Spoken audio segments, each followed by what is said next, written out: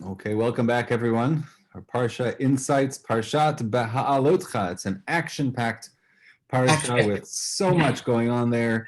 It's a movie. It's a movie. 100%. It's a movie, and not at the dollar cinema. This is a blockbuster. The dollar cinema, which is unfortunately closing in DeCarry in the Cavendish Mall. Yeah. Big articles about that. I read it twice. It was so exciting. So the Parsha is very exciting. It contains a lot of complaints. I mean, just to put that out there, there's a lot of negativity that happens in the Parasha, and that's important to note. There's Lashon Hara in the Parasha. There's Miriam talking about her brother, to Aharon talking about their other brother Moshe and Moshe's wife. There is the complaining about the meat, that they're having all of this amazing manna, but they want meat, and God's response to that. There's just a lot there. There are the inverted nuns, the famous inverted nuns. Are you familiar with the inverted nuns? Well, let's take a look for a moment. I didn't plan on doing this, but it's actually quite an interesting thing. I'm just going to do a quick search for a moment. But there's got to be there are two verses that are almost bracketed in the Torah, and here we go. Okay, I apologize for this. It brings me to a Wikipedia page, but it's as good as any. Here we go. The inverted nuns. Okay, I'm going to share this. So in the Torah, there's suddenly, if you're reading Torah, reading along, and suddenly you come to this backwards nun. See, this over here is a nun that's the right way. Suddenly you have a backwards nun and a backwards nun right there. And this is a unique feature in the Torah. And according to one opinion of the sages, these two verses, which are familiar to synagogue goers, Vayihi bin Soa Ha'aron, this is what we say when the ark is opened. I didn't notice the inversion. I'm sorry? I didn't notice the inversion when I read it, when I hear it all the time. Vayihi bin Soa Ha'aron. This is it. And according to some commentators, this actually is a separate book of the Torah. We talk about the 5 books of the Torah. Well, there are some commentators who say there are actually 7 books in the Torah, because this would be a book in and of itself. So it means which comes before it is a book and which comes after is a book. That adds an extra 2 books to the Torah on top of what already is. And then you have complaints which come right after this. This is a whole class unto itself. The inverted nuns. It's basically what the verses say here, Vayihi bin Soa Ha'aron, when the ark would travel, Vayomer Moshe, Moses would say, Kuma Adonai, come, arise God, V'yafutzu oivecha, and spread out or drive away your enemies. V'yanusu misanecha mipanecha, and let those who hate you flee before you. That's verse number 1. Verse number 2, uvenucho yomar, and this is we say when we put the Torah back. So interesting that these verses actually bracket or our own Torah reading. We say the first verse by Vayihi bin Soa when you open the ark, and when we put the Torah away, you say this verse, uvenucho yomar. That's what the phrase that when we get to Eitz Chaim Hi, singing Eitz Chaim Hi at the end of, so that whole paragraph begins with this word, uvenucho yomar. And when the ark would settle, they were traveling. So when it would go, they would say this. And when it would settle, they would say, Shuva Adonai Rivavot Alfei Yisrael, return the multitudes of Israel, basically. And what's happening here is that when the ark is traveling, Moses is saying to God, come with us. Kuma Hashem. God, the ark is going, so please join us.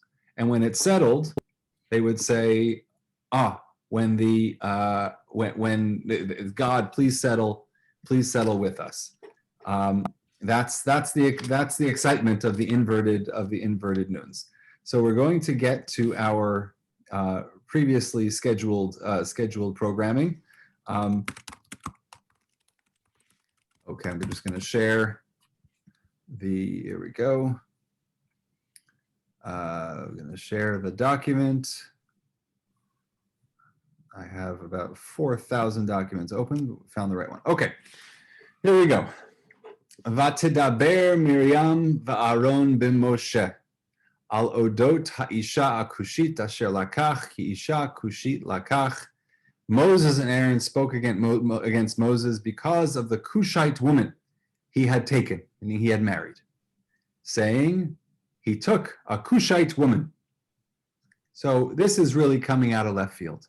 And we don't have a very clear view as to, and this is what the commentators, what the Midrashim are offering to us, of exactly what is happening when Moshe is complaining, or when Miriam is speaking about Moshe.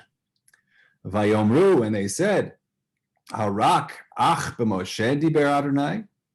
Did God only speak to Moshe? Halo gam banu diber. He has spoken to us. Vayishma Adonai. So I just want to pause for a moment, because we've just heard two complaints. Miriam and Aaron, Moshe's siblings, complain about two things. Thing number one is their sister-in-law. Look at this woman that our brother married. She is a Cushite.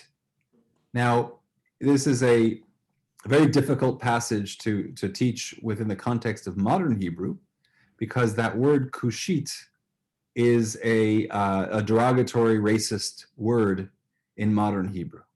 It comes, the land of Cush is understood as being Ethiopia, and therefore in modern slang it becomes a very negative word. Probably not as strong as its parallel in English, but still quite strong. But that's not the intent of the verse.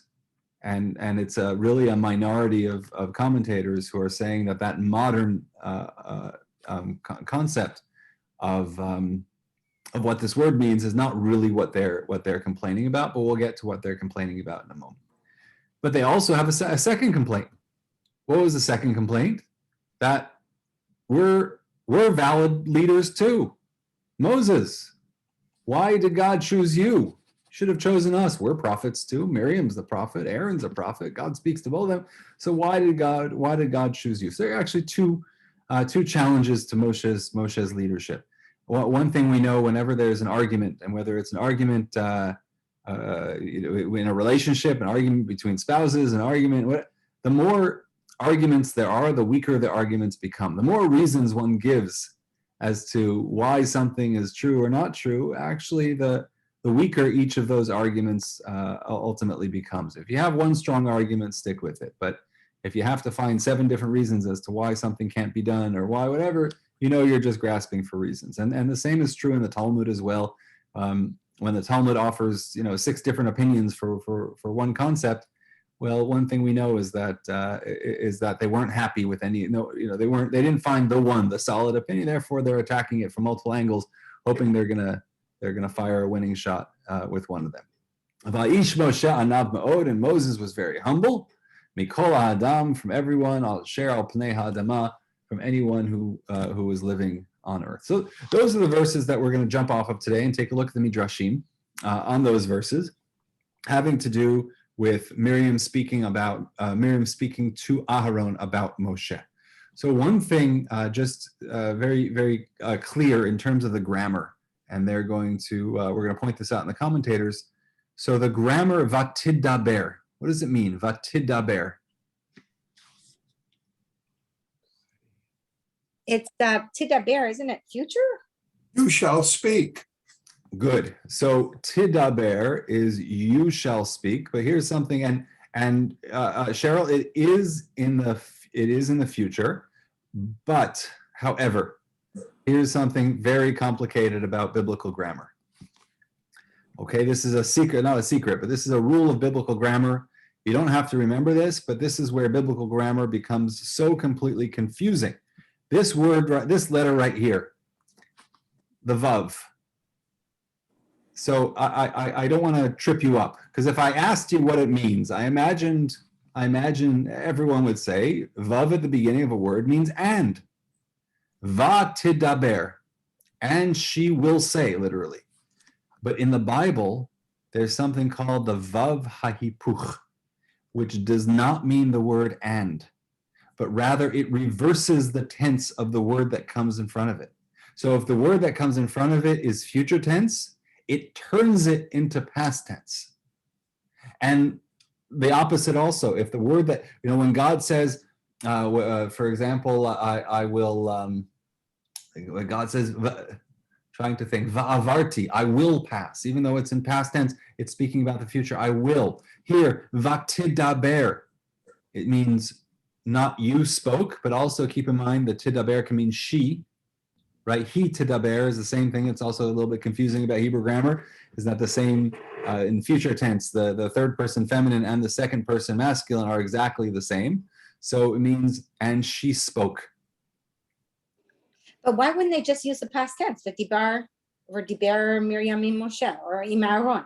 So you would not have the vav, for example. Here, this doesn't mean and. So it would just be diber, right? Not vidaber, but right. diber. Right. We have to ignore this vav, which they've done a nice job of doing here. They just said Miriam and Aaron spoke. But one other thing, what did we just say? It means she spoke. So that means that this translation is incorrect or is not consistent with the Hebrew, because it's vatidaber Miriam. Miriam spoke. It's not plural. It's not vayidaberu. That would be they spoke. Miriam is the only one who spoke. And Rashi is going to note that. Rashi is going to say, Hi patcha b'dibor tchila. She opened the conversation. And therefore scripture mentions her first. And how did she know? And so here we're quoting the Midrash. Rashi quoting the Midrash says, well, why is Miriam the one speaking? And she said, how did she know? And so, I'm sorry, there's a separate Rashi which is saying, what is the complaint that they have about Moshe and his wife? That Moshe separated from his wife. That Moshe, because of his high stature of being a leader, of being a spiritual leader, of being a prophet, that Moshe actually separated from his wife and wasn't cohabiting with his wife, wasn't performing the marital duties because he was too busy with the community, because he was too busy with God, and he felt that a prophet of that stature shouldn't be doing the most human and the most mundane things, such as carnal relations with one's spouse. So Excuse he me, said, Rabbi, but yeah. it doesn't say that in the parak that he separated from his wife. Correct. It does not say that. This is a pure midrash. Does not say it at all. That's Rashi's explanation. That's Rashi's explanation based on the midrashim. What are they complaining about? Right. That's the question that we're left with. Is what are they complaining? Do they just not like their sister-in-law? Are they racist? God forbid. There has to be something else to their complaint. And I say God forbid, both because we would not want our heroes and to have these opinions, but also because there's nothing in the text that indicates that this is their approach. And not only that, they're rehabilitated. Right? Miriam is sent away. She's diseased. She's sent away. And they all wait for her to get better before moving on. The entire nation waits for her. She clearly is very special. She's holy. So what are they talking about? So how did Miriam know that Moses had separated himself from his wife? So Rav Nassan says in the Sifrei, in the Midrash on Bamidbar, that Miriam was beside Tzipporah, who was Moshe's wife. So Moshe's sister and his wife, the two sister-in-laws, were hanging out, and it was told to Moses, Eldad and Medad are prophesying in the camp. This is one of the challenges to Moshe's leadership. Are these two people, these two amateur prophets come in and they start prophesying and whatever. And you know what Tzipporah says? Her response to hearing that other people are prophets also, she says, Oy, it's better in Hebrew. They came on Sheshamat Tzipporah. When Tzipporah heard this, Amra, Oy linishotehen shel elu. Oy vey to these people's wives. Im heim nizkakim l'nivuah, if they are true prophets. Oy vey for their wives. Such rachmanis for their wives. Sheyu porshim minishotem kederach sheperesh ba'ali mimeni, because they're going to be separated from their husbands just as my husband has been separated from me. Umisham yada Miriam v'higida lara. That's how Miriam knew. She heard her sister-in-law complaining. Not complaining. I mean, this is an amazing moment where she's hearing, other people want to be prophets too. And the chief prophet's wife, Moses' wife, says, think about it. Let them want to be prophets, but Nebuch, their wives are not going to be with their husbands as long as they're prophets. It's tough to be a prophet's wife. a prophetson. I don't know what the what the right conjugation of a prophet's wife, but it's tough to be a prophet's wife because the prophet is busy. And so that was Sipporah's thing. So, and the Sifrei and the Midrash has a beautiful message. Uma Miriam. So this is how Miriam found out about her sister and her sister-in-law and her brother. This is why Miriam told Aaron. She told Aaron, Yigida Aaron, her brother. And the message that the Midrash, that Rashi is quoting the Midrash, Uma Miriam shalonit kavna lignuto kachnen ansha. So Miriam, who didn't intend to disparage, she wasn't out to get her brother. She was just relaying information, but it wasn't like purely negative information. It wasn't lashon hara in that classic sense of lashon hara. It wasn't made up. It wasn't evil. It was, Moshe is separated from his wife because he. What's that? A statement of fact. Just a statement of fact without having any. Yeah, exactly. So just as Miriam is, just as she's didn't intend to disparage, kal vachomer, all the more so, lemisaper b'gnuto shel chavero, to somebody who actually does speak disparagingly about their fellow. So just a lesson that the Midrash is learning. And again, the material that we're given, I think this is a beautiful depiction of what Midrash does. The material that we're given, what the Torah presents to us, is Miriam and Aaron are speaking about Moshe's wife, period. And the Midrash builds this whole world and has a conversation between the sisters-in-law and has it connected to Moshe's prophecy and has it not be negative about the wife, but negative about Moshe and Moshe's approach to prophecy and the challenges that being a prophet can give to a marital relationship. I don't know that any of us would have this response. It's a pretty holy response that Zipporah has when she hears about other people being prophets. Just imagine their wives. Imagine what their wives are going to have to go through. There's a great deal of empathy that she said, look, I know my own situation. I know how difficult it is. I sacrificed my husband basically for the sake of the community. Their wives are going to have to do the same thing. If Eldad and Medad want to be prophets, then their wives are going to have to do the same thing. The Abarbanel has a beautiful comment. He writes in the style of questions and answers. So I presented them differently. But the first question is basically, why is it Miriam? Why is it only Miriam who? Okay. Why is it only Miriam who is complaining? And he brings the whole issue with Rashi, the same thing in his answer down here. He brings the whole same answer, but then he quotes a different answer. He says, Aval Haran, Rabbeinu Nisim of Garona. He said, Aval Haran katav bezet ta'am acher. Right? It's a completely different explanation than the one that we had seen before, that prophets separate from their wives, or I'm using the word separate not in a legal tense and not in a relationship tense, but in an intimate sense. Prophets are not intimate with their wives. And that's kind of the classic approach to it, which Rashi quotes based on the Midrash. But the Abarbanel quotes the Ran, Rabbeinu Nisim, who says, Ta'am acher, a different answer. Hu she'Aaron v'Miriam chashvu. Aaron and Miriam thought, shekodem lezeh haya Moshe tarud ma'od, that before this, Moses was very, very busy. B'hanhagat ha'am, and leading the people. V'hamel hahu, and that work, haya miyag'o. Right? We saw this word, incidentally, Sandra, before we started the class. We saw the word yagea, or miyag'o. Ye'afu v'lo yiga'u. Yeah. Yiga'u v'lo yafu. The word tired, exhaustion, right? That was the verse in Isaiah, in the 40th chapter of Isaiah, about not being weary. So here, it's going to make him weary. This is the verb form, it's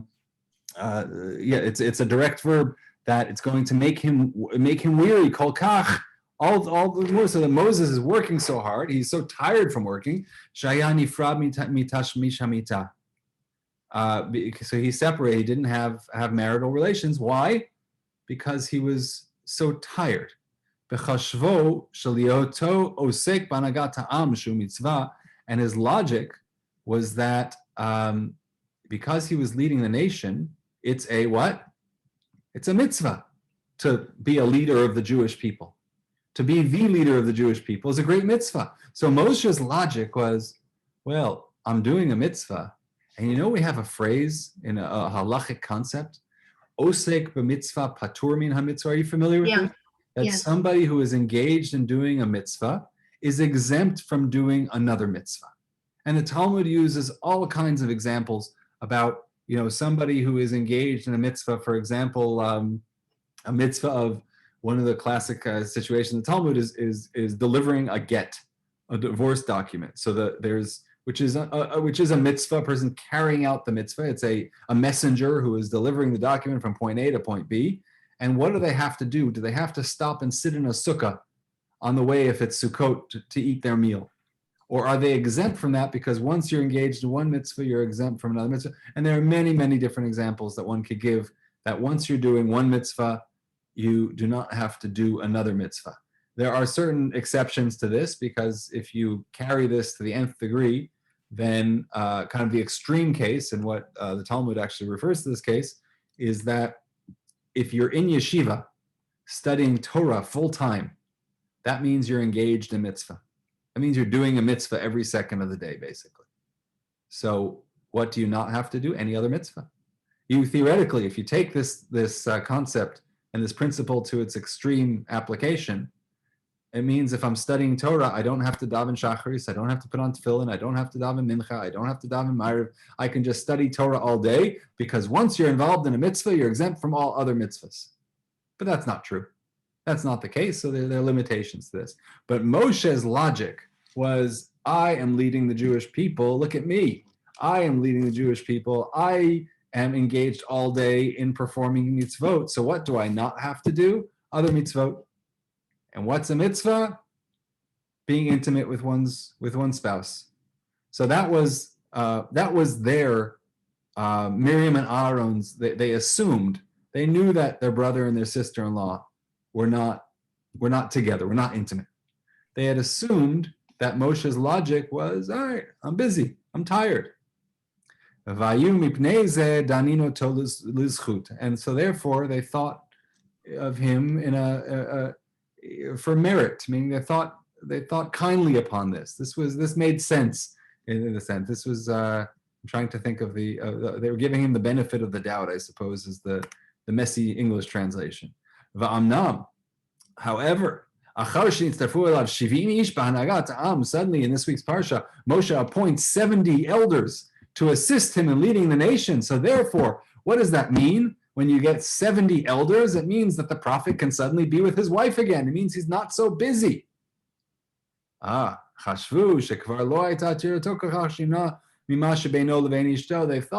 that it's not going to be so bad. So that was Miriam's approach. The question is, why is this shocking to them? Why is this shocking to Miriam? And the answer that the Abravanel, quoting the Ron, gives, which is a very creative answer, is that really the fact that Moshe and Tzipporah and his wife were separate or were not intimate was not surprising. They knew this all along. But the logic behind it was where they were wrong. They thought originally it was because Moshe was just too busy and too tired because he was doing holy work. But once they saw him get his delegation to help him, get 70 people to assist him in what one person was doing, now 71 people are doing. At that point, they said, wait a second, it seems to be an excuse now. Now we've got to start to talk about it. Now it becomes a subject matter, not just something that we understand intuitively, but something more of a discussion topic. And that's where they went wrong. Yeah, Tamara. Rabbi, but Zipporah's father was Yitro, is that correct? Right. And first of all, I never pictured him as a Cushi. So that's new to me. But he was very instrumental in helping Moshe, because he was the one who I think first suggested that Moshe divide his work, and that's how then they started with the elders. But then in another pasuk, it's Hashem who tells Moshe to do this. So I wonder if that's similar or what the difference was. I think they're similar concepts. They achieve different things. Truthfully, the 70 elders are not necessarily there lighten the workload, as opposed to Yitro's advice is really to lighten the workload. This is not sustainable, Moshe. You can't sit here from early morning until late at night every day. But in both cases, it's not clear whether it's a workload thing or a work efficiency thing. It is the concern that Yitro has that Moshe is going to burn out from working so hard, or is his concern that the job's just not going to get done? So it's not exactly clear. I mean, those are two very different concerns, right? With the latter concern, okay, Moshe will work hard, and whoever gets to see Moshe will see him, and the people who have to wait in line till tomorrow or till the next day or next week will have to wait in line. No big deal, right? This is, and I think in every system, there's a breaking point. I'm thinking now of the crises that exist at Canadian airports and really airports around the world. And at what point do you get to a breaking point where the waits are just not sustainable? You know, we're hearing so many stories. I had family just the other day sitting on planes for an hour and a half after they land in Montreal, just waiting for the crews to be freed up to go, because clearly they're understaffed, as everybody seems to be right now. Clearly but at what point do you get a break? Is there a breaking point where you have to change the system? And if that change is, you know, to use the airports as an example, if the change is to pay better, to make it more attractive workplace, well, maybe you have to do that. Maybe the reason why are they understaffed? So all these questions come into play, and you know, Yitro is much more of a workforce question. The 70 elders is a little bit more of a leadership question than a workflow question, and it happens. The nomination of the 70 elders happens not in response to Moses sitting all day and all night, but in response to the people's complaint. That's when it's brought in. The people are complaining, and God says, Moshe, maybe you need to spread the blame out a little. Maybe you need some other leaders here to deflect some of these complaints a little bit. Okay, any other questions before we move on? There's one more concept. Well, I just want to add that a Cushite, I don't think, is a sort of slander word in Israel today, because the Ethiopians are so accepted. And as you might have seen in today's email from Stephen and Bill Bell, that an Ethiopian woman is now a commander of men and women, training them in the Air Force. Wow. So they've really achieved a lot. And By the way, that email, I sent it to Irene, and I don't usually bother her, and I don't bother the rabbi with my emails now the way I used to, because he's so overloaded. oh, I didn't see you, Stephen. Irene could not get over that. She really had goosebumps. Of Here's course. an Ethiopian woman, sorry to have this diversion, an Ethiopian woman. Their family arrived in 1990. She's all of 23 years of age. And not only is she speaking magnificent Hebrew and English, but her native tongue as well. And she is an officer in the army training men how to be soldiers. But Wow. to hear how she speaks, her love for her country, her passion, her gratefulness to be in Israel, it was one of the most beautiful, uplifting things I've ever saw. So thank you, Tammy, for mentioning that. It was really very, very special. Can you, Here's can another you send me- digression. can you send me on- that? Oh, I just one before. Can you send me in my email that quote? It's Sandy Miller.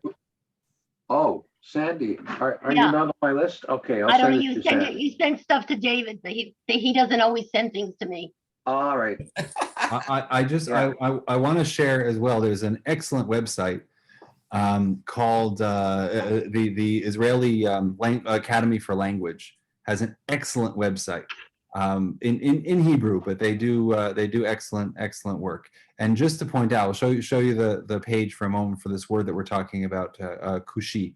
But it's associated. The word comes from one of Noach's grandsons, right? The grandson Cham. There are three. Noach has three sons: Shem, Cham, and Yafet. And Cham is the one who is cursed.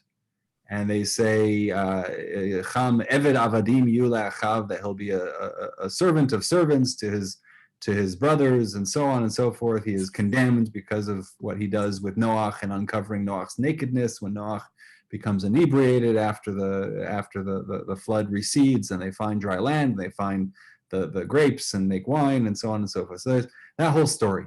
And Ham's son is Cush. It's called Cush. So Cush is becomes a person, and it becomes a geographic area, as many of those original names become then the names of the lands of the descendants of those people. And Cush becomes, Cush is just a land. We don't know where it is. And there is a mistake, and this isn't in the Academy of the Hebrew language page, but there is a mistake that is generated when in the Septuagint, right? The Septuagint, which is the what they call the Targum Shivim, the 70 translations, the translation of the 70, which is basically the translation of the Bible into Greek. And it associates Cush with Ethiopia. And that's the first place where a direct connection is associated between this land of Cush and Ethiopia. So when the Midrash is talking about, or when the Torah describes her as a Cushite, it's not talking about Ethiopian at all. So that's a much later confusion that takes place. But if I could open this Academy, here we go. The Academy and this page on this word, Kushi, right? Al Milah Kushi. And here's a star. Kayom nechshav kinui ganai. Yeah. Today is considered to be a pejorative. That's right. A pejorative title. Right. That's right. When I was in Israel, it was like that. In Hebrew, they use the word Ethiopi. Ethiopi means Ethiopian. They don't use this word. And you know, in the description it says kinui la'adam shchor ora. It's description of somebody who is dark skinned. Mishem ha'eretz kush b'mikra. So here they're perpetuating the mistake. They're saying it's from the name of the land of Cush, which is in the Bible, and so on. Anyway, it goes on to describe basically within the same concept. So just to point out that it's used in a very negative connotation. It's not a word that we should ever, you know, any one of us should ever use in conversation, only within the biblical context, because it is in the Torah. But a direct translation of that to Hebrew would not work, or to modern Hebrew. No, when I lived in Israel, you did not use that terminology. Yeah, absolutely. Rabbi, another thing is that when I was in Afghanistan, crossing through, the Kushi were considered like untouchables, dirty. You didn't have anything to do with them. They were really, like, if they had a caste system there, they were the lowest caste, and they were called the Kushi. Oh, wow. Wow. Fascinating. Last thing, there was a song or something that I remember, Shechora Ani. Where does that come from? That's from Song of Songs. Okay. And is that related to? It could be. I don't know offhand. That's Okay. something we could certainly look at. Yeah, okay. Okay, we are running short on time, and what I wanted to do is going to take us well over time. So I will simply review and say what we looked at in some depth today was the complaint of Miriam about her brother, and the two opinions that are referred to, one midrashic and one rabbinic. One opinion talking about both of them dealing with the separation in intimacy between Moshe and his wife, and the further question is why? Why was that a thing? So the Abravanel brought us to the point to say, okay, so at a certain point, the logic was because he was so busy, because he's so holy, whatever it is, but really it probably evolved into an excuse. And at that point, they decided to speak about it. And it was Miriam, and what the Midrash offers us, you know, the entire Midrash stems often from one grammatical nuance. And the grammatical nuance here is that Miriam was the one who was speaking. It's a verb that's in third person feminine singular and not third person plural masculine. And it doesn't say they said, but it said she said. And so the Midrash has to find an explanation. Why did she say it? Why? What insight did Miriam have that Aaron did not have? So thinking about the way culture was, society was, the women spent time together. Miriam spent more time with her sister-in-law than Aaron spent with his sister-in-law. That's a given. Aaron and Zipporah, whether they had anything I don't know if they had anything to do with each other, but Miriam and Zipporah most certainly did. Miriam and her sister-in-law most certainly did.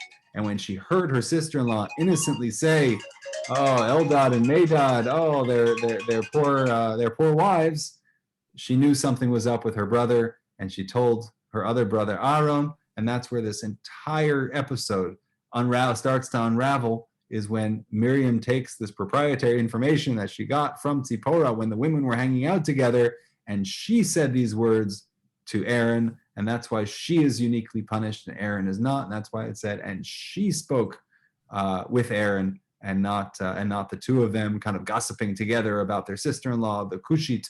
No, that's not it at all. It's really that descriptive term is, by the vast majority of commentators, is not taken as a racial descriptive term, but rather something talking about simply their sister-in-law and the relationship that she had or did not have with their brother and the problems associated with that. So, and as the Midrash says, you know, they were trying to fix problems. They were speaking factually. So all the more so we shouldn't speak in a derogatory way about, or a pejorative way about someone, because look at the trouble Miriam got into, and she had what we think were good and reasonable intentions. So we'll close with that, and we'll thank everybody for your time, attention, and presence. And we now have 2 weeks left of class, so we'll meet next week and the week after, and then we'll call it a summer. But between now and then, have a wonderful Shabbat. I'm looking forward to seeing everybody very soon. Take care. Thank you. Thank you. Thanks a lot. Thank you, Rabbi.